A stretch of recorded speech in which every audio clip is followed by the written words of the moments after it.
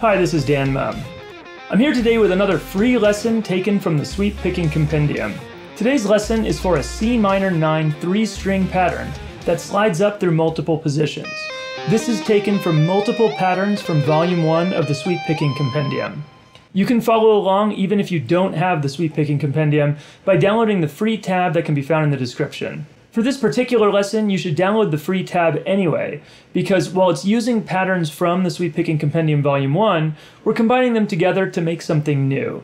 Beyond just showing you a new and interesting pattern, the point of this lesson is to demonstrate how you can take patterns from the Sweep Picking Compendium, combine them together, create alternate versions or hybridized patterns, or even progressions. This isn't actually a progression because we're working with the same chord, the same arpeggio, but it demonstrates how we can take multiple patterns and string them together. In this case, we're using a slide to accomplish that.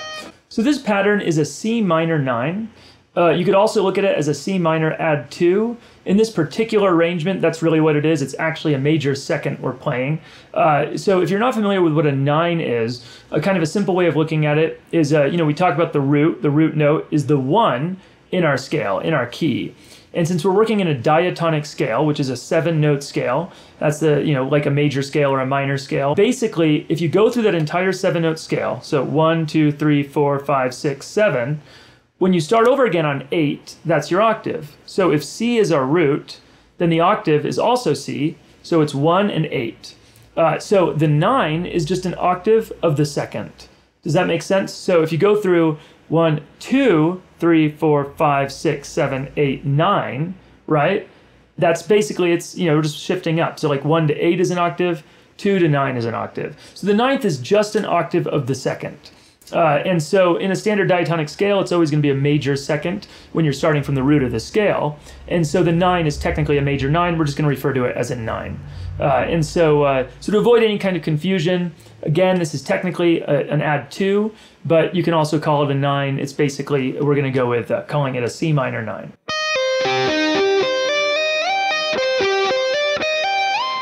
So a couple elements of this pattern that make it a little different than what we've done before is that we're not actually going to be using the 9 every time we go through the pattern. So even though we're going up and down the pattern on each of these, we're only going to be adding the 9 or the major second in once each time.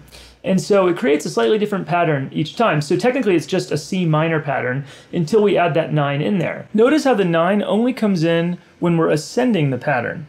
So if I come down, we're playing just a basic C minor triad. Then I'm going to add in that second there, or the 9. So there's the major second, or the 9. Then we slide up. So you notice this also going down, descending. It's just a standard C minor 3-string sweep pattern there. But on the way back up, we hammer on the 9.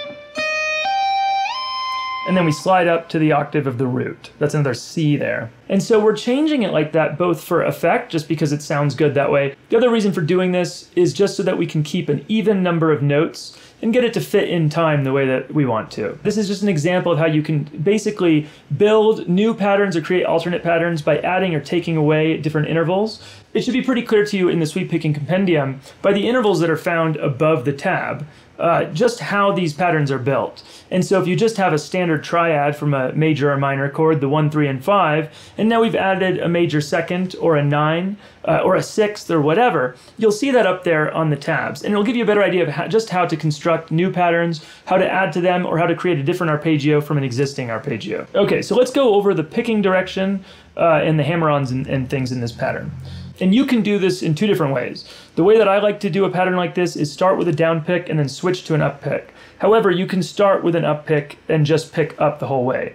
But this is how I would do it. So I'd start with a down pick, pull off, up pick, down pick, hammer on, slide. Now from here, when we do the slide, all of that is legato. So we're not picking again during that part. But then we're going to be switching to an up pick here, up pick, down pick, hammer on, down pick, hammer on, and slide. So there's a number of different ways that you can string patterns together. And for this particular pattern, we're using a slide. The slide is very effective for this, especially in regards to fingering and being able to move up seamlessly up from one position to the next. And so you'll notice in this particular pattern, we're using the fourth finger to slide each time. But we could also be doing a pattern where we're using the first finger to slide, or a different finger, depending on where we're stopping and what we're sliding to. But the idea is to optimize the fingering so it's most natural to play, and you don't have to do anything too awkward.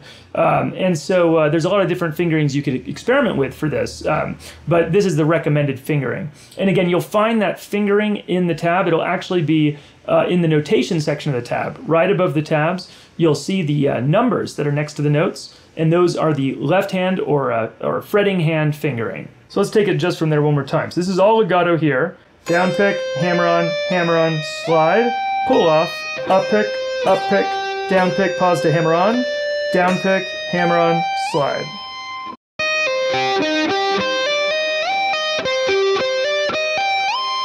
Now, a minor 9 chord or a minor add 2 is one of my favorite chords to use as an arpeggio. It just sounds really interesting, kind of an exotic sound. I think it's really fun. And in this particular pattern, since we're only adding in the 9 at certain points, it kind of gives it a different feel. So it adds to it, has a it's kind of like it's building up.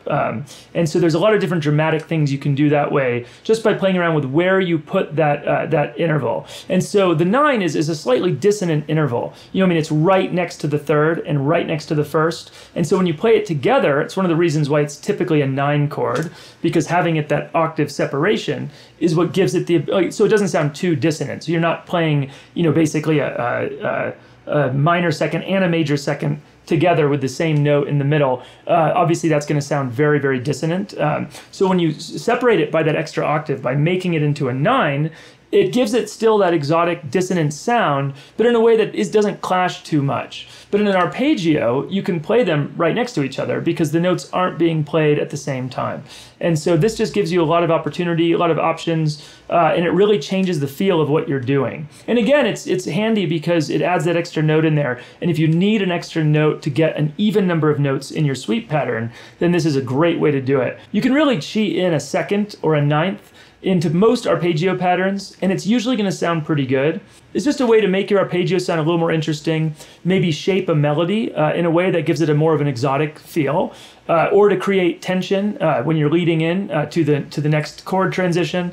But what I recommend, the way to get away with it most easily is to use it as a passing tone like we're doing in this pattern. So that means we're not actually stressing it or ending on it. It's going to fall in part of the measure where it's just going from one note from the standard C minor arpeggio to the next. So it's just going from the root to the third. So we're just transitioning that way. And so it leads into the third that way, or it leads back to the root that way. If we were to stop on it, we're going to get a more dissonant sound, a little more tension there, but that doesn't mean you can't do that. And so if you're writing a song where you really want to have some tension leading into a chord transition or leading up to a note that you're going to be falling on that has a lot of power, a lot of impact, and you want to increase that impact, using a second or a ninth as a leading tone in that regard works very, very well. But it can be used as a passing tone very easily, and you can just cheat it in almost anywhere, as long as it sounds good, the standard rule in music. Let's look at the location of those major seconds one more time. So we've got the major second, we'll call them nines this time. 9, 9.